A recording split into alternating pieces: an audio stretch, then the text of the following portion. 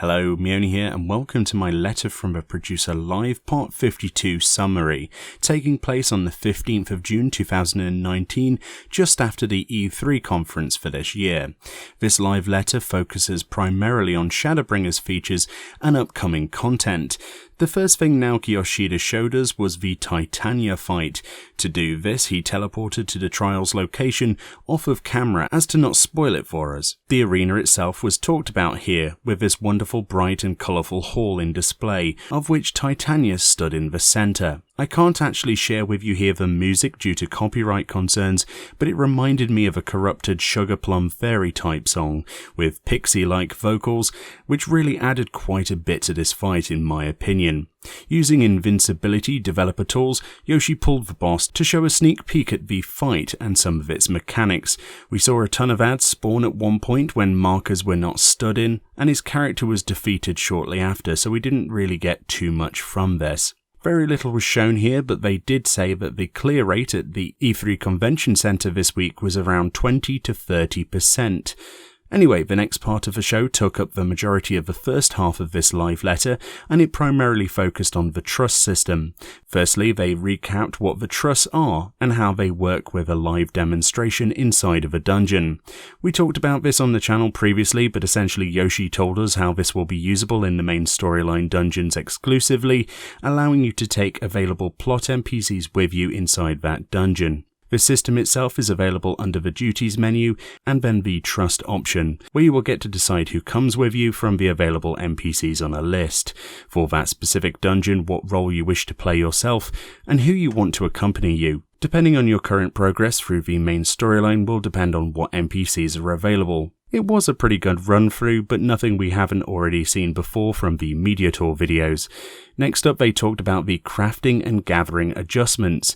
Specifically, they informed us that there will of course be new actions and traits to come with a new level cap, but also that there will be new information added to the gathering and fishing logs via tomes of regional folklore, so presumably more about the fish itself and where to catch it. In addition, another big quality of life change is that unspoiled legendary and ephemeral nodes will have built-in timers now in the game using the in-game alarm feature. So instead of making elaborate macros or the use of third-party external tools such as timer websites, the timers can be seen in the game with the alarm feature itself. The caveat here, and it's a small one at that, is that for it to be unlocked, the node must have first be harvested by yourself at least once before that timer will become usable. Next, they talk about crafters. New actions again are added with this new level cap increase. Specifically, a change to Steady Hand 2 and Beauregard's Blessing is quite important to talk about here. Formerly, you would level up certain crafters first to get these abilities before leveling the others, as those skills in particular make everything much easier via cross-class. To remedy this and allow players to level whatever they want in any order, both Beauregard's Blessing and Steady Hand 2 will actually now be built into every crafter rather than just one, so that's a big quality of life change there. Another big change is how the crafting UI will actually look in 5.0. The durability and condition of a piece will now be much easier to see on this window they show here, and whilst it's active, collectible synthesis will be clearly displayed. This is to prevent accidental turning of it on or off, which they say is due to player feedback. Also, that active crafting statuses, as well as the resulting increases from the actions, will be displayed during actual synthesis itself. So all in all, the new UI design should make the whole thing much easier to visually digest, especially for the new players. Next up, they say the resulting increases from actions will also be displayed in the crafting log as well, and crafters can therefore confirm the increase in progress and quality from their actions. The maximum initial quality limit will be raised from 50% to 70% for many 5.0 and later recipes. This is to basically make HQing an item much easier if you use HQ materials, which obviously makes the 5.0 stuff easier to craft to HQ. They do say the maximum initial quality for each recipe can be confirmed prior to its synthesis as well. And lastly, they made a change to the overall difficulty of obtaining master recipe books 4, 5 and 6, and these will be much easier to obtain in 5.0. Whilst there was currently no talk about the Ishgard restoration, they did finalise this section on crafting with sneak peeks of the crafting and gathering sets this time around. Fisher, Botanist and Miner on this first slide, blacksmith, armourer and carpenter on the second, leatherworking, weaving and goldsmith on this next one, with culinarian and the new alchemist set on the fourth slide. Next up, this is a discussion on system updates. Firstly, the reveal of the name of the new tomestones was given, so similar to Creation in Genesis, only this time around in Shadowbringers it will be Gosha and Phantasmagoria tomestones. They say the Phantasmagoria tomestones release 4 weeks after the release of Shadowbringers at the same time as the Savage mode. In addition, we'll be using white gathering and crafting scripts, which I suppose makes sense for a place bathed in light, and then that glamour dresses capacity will be increased from 200 to 400 total items, with the glamour plates themselves going from 10 to 15 total plates, so plenty to choose from there. They then finish this section by talking about the furnishing preview system. They say this will allow you to directly look at housing items that you don't own in your house and preview what they look like. However, some items like optional items and seasonal rewards will be exempt from this preview option. Now, they do actually show off some new mounts here. Firstly, this Chocobo of the First, this black bird thing which you get from the MSQ, and then there's this Toad robot mount which is just fantastic. And finally, the Gunbreaker tanking mount from the tanking achievements, of which they say the Sabertooth here will have a armoured version for the second achievement for tanking dungeons, as the others do for Gunbreaker, and all of these look really cool in my opinion. Specifically, I have special love for the mechanical toad thing. I need that so badly. So this next section actually showed off the new furniture preview system in-game. As you can see, it shows a lot of the new housing items that we haven't actually got yet. So if you go through the actual VOD, you'll see a lot of stuff that I wasn't able to screen cap here for this video. From marble arch doorways to outdoor beach furniture to statues of bosses, etc. These items look amazing. But in general, this feature on show allows you to access a list of actual furnishings. You select an item, preview it as if you were actually placing it down in your own house, and you can even preview its dye options, all without actually owning the item itself. This is going to be incredibly useful for housing designers, and the fact that you can just preview anything as long as it's not a seasonal or Mog Station related item is a massive quality of life change. Very, very cool stuff. Some of the new items, as they said in the live letter, are based on contest entry winners, such as this massive log seat, which is a piece of outdoor furniture that you can sit on that looks like a fallen tree, which is very well made. Next up, we have a look at some gear and glamour. So a couple of previews were shown here of one of the new dungeons gear. Firstly, this ninja set, and then there's this gunbreaker set with that wonderful jagged gunblade, and then they show off an astrologian with the healer gear from that dungeon. And then the best new costume in the entire game, the frog suit. This is a full body frog suit, and I don't know how I get this or what I have to do to get it, but this, my friends, is my true Shadowbringers endgame. It's glorious. Next up, they show this male glamour, which is an open shirt, jeans and shoes. They say that 2 versions will exist of this item, one with the exposed chest like this, and another with a shirt underneath for those who prefer less skin exposure. Minions are next. Firstly, this Omega male and female doll is on show. These, I would imagine, at a very good guess based on previous ones, might be from the Alphascape Crystalloid exchange, considering it's related to that. The reason I say that is there was something similar last time with the Crystalloid exchange for the previous tier, but either way, they are both awesome designs and I can't wait to get them. Now they say the Centurio seal limit will be increased from 1,000 to 4,000 due to the popular demand of the hunts.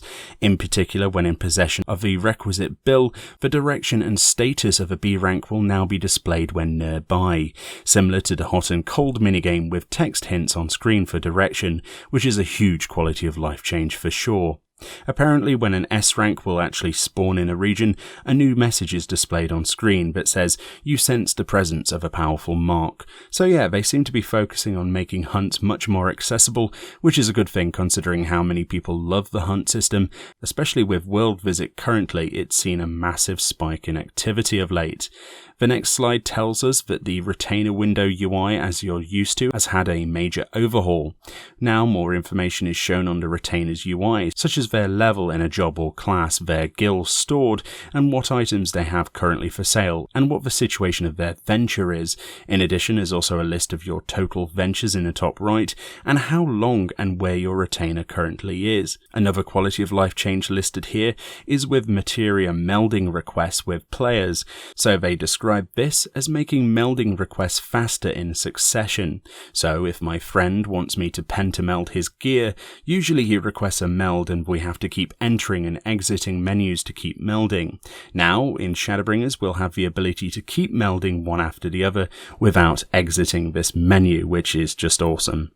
And finally, that all mounts in the game will now be able to fly regardless of what they are, as it makes your usable mounts in the new areas much greater, and in general, from a gameplay perspective, this is a lot cooler. In general, the quality of life changes they showed in this live letter seem to be small when you read them, but consider that all of these smaller things that you might completely forget they were even there after a month of using them, are making for a bigger game experience and much more accessible and enjoyable overall, which is in general a really good thing. Now the next slide talks about new quality of life features to the achievement window, in which you can now filter achievements by reward, titles, ones that you have completed, and ones that are incomplete, along with the new ability to now set a particular chosen achievement onto a new watch list, so you can actually track the progress of something you're working towards much easier without having to keep searching for it every time you open the achievement menu. Okay, so now they talk about the changes to mentor certification.